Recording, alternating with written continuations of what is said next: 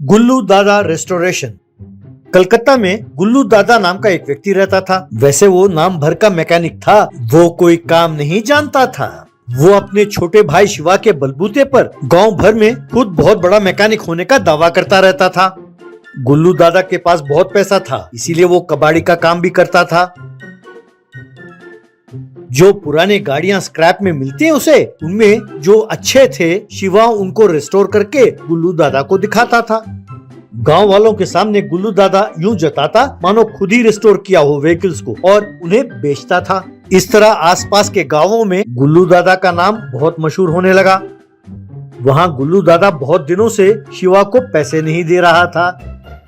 एक दिन शिवा गुल्लू दादा से, भैया आप तो जानते ही हैं कि मैं कितना मेहनत करता हूँ, लेकिन आप मुझे पैसे नहीं दे रहे। वैसे जो गाड़ियाँ मैं रिस्टोर करता हूँ उन्हें बेच के आपको तो पैसे बहुत मिलते होंगे भैया। मेरे भी बाल बच्चे हैं, मुझे भी जिंदगी गुजारनी है, और वैसे भी इस बिजनेस में मेरा भी तो निवेश है। तब गुल्लू दादा, तू मुझे डरा रहा है? तू मुझे धमका रहा है? लगता है तुम्हें बहुत चर्बी चढ़ गई है। पैसे तो भूल जाओ और तुम्हारा निवेश भी मैं तुम्हें नहीं दूंगा। तुम तुरंत यहाँ से दफा हो जाओ। यूं कहते ही शिवा गुस्से में वहां से चला गया।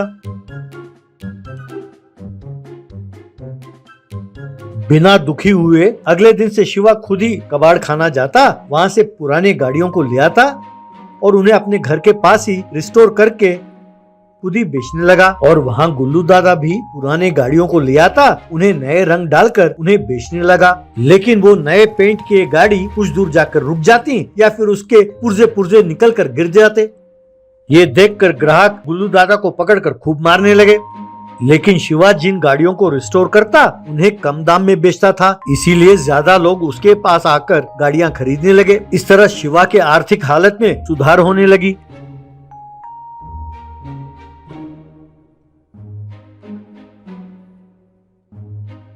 एक दिन शिवा डंप यार्ड जाकर पुराने व्हीकल्स को जुटा रहा था कि तभी वहां उसे एक मिनी व्हीकल चमकती हुई नजर आई। शिवा उस मिनी व्हीकल को लेकर घर आया।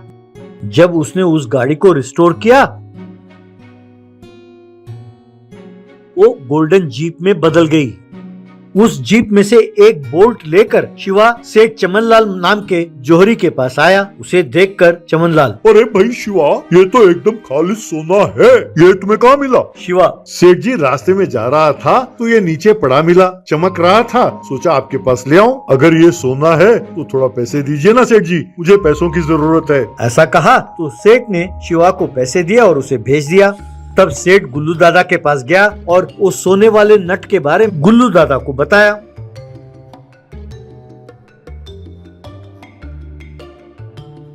कुछ दिनों बाद सेठ चमनलाल गुल्लू से, अरे गुल्लू भैया, ये कोई मामूली सोना नहीं है, ये तो एकदम पुराना खालिस सोना है। तुम इसे ले आओ पूरा, मैं तुम्हें आधे पैसे दूंगा। अब तुम इस काम में देरी क्यों कर रहे हो? तब गुल्लू दादा, अरे सेठ, तुम्हारा कहना एकदम ठीक है।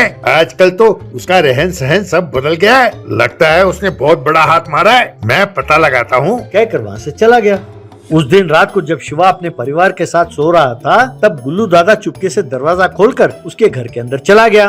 फिर वो सारा घर छानने लगा। शिवा के पलंग के नीचे उसे एक गोल्डन व्हीकल नजर आई।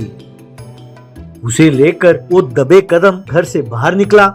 उसे देखकर शिवा की पत्नी लीला, अरे सुनो जी, गुल्लू दादा वो गोल्डन व्हीकल लेकर जा रहे हैं। शिवा, ले जाने दो, वो कोई असली सोना नहीं है। परसों जब मैंने वो सोने का नट बेचा चमनलाल को, तभी मैं समझ गया था कि गुल्लू दादा और चमनलाल मिले हुए हैं। इसीलिए मैंने नकली जीप पलंग के नीचे रखा था। ले जाने दो उसे। तब लीला, लेकिन नकली जीप क्यों? तब शिवा, अरे पगली, इतना भी नहीं समझती। अगर इसे ले जाने ना दिया तो वो बार बार असली जीप ले जाने के लिए आएगा। हम परेशान होंगे। अब उसके हाथ कुछ ना कुछ लग गया है ना, अब वो हमारा पीछा छोड़ देगा। बाद में गुल्लू दादा चमनलाल के पास गया और ये गोल्डन जीप दिखाया। उस जीप को देखकर चमनलाल, अरे तुम अपना नाम बदल लो, गुल्लू दादा नहीं हो तुम, एकदम पागल हो पागल। उन्हें तुम्हारे बारे में पता था, इसीलिए उन्होंने असली सोने की जीप को कहीं छिपा दिया है। अब वो हमारे हाथ नहीं लगने वाला। अरे निकम्मे, मैंने तुम्हें वो जीप चुराने के लिए कब कहा और तुम गए कब? तब गुल्लू दादा, अरे पगला मैं नहीं, पगला तू है। अगर उसी दिन हम दोनों जाते और चुरा कर लाते तो हमारे हाथ में सोने का जीप होता है। निकम्मा कहीं का, नालायक। कहकर दोनों आपस में लड़ने लगे और एक दूसरे को गाली देने लगे।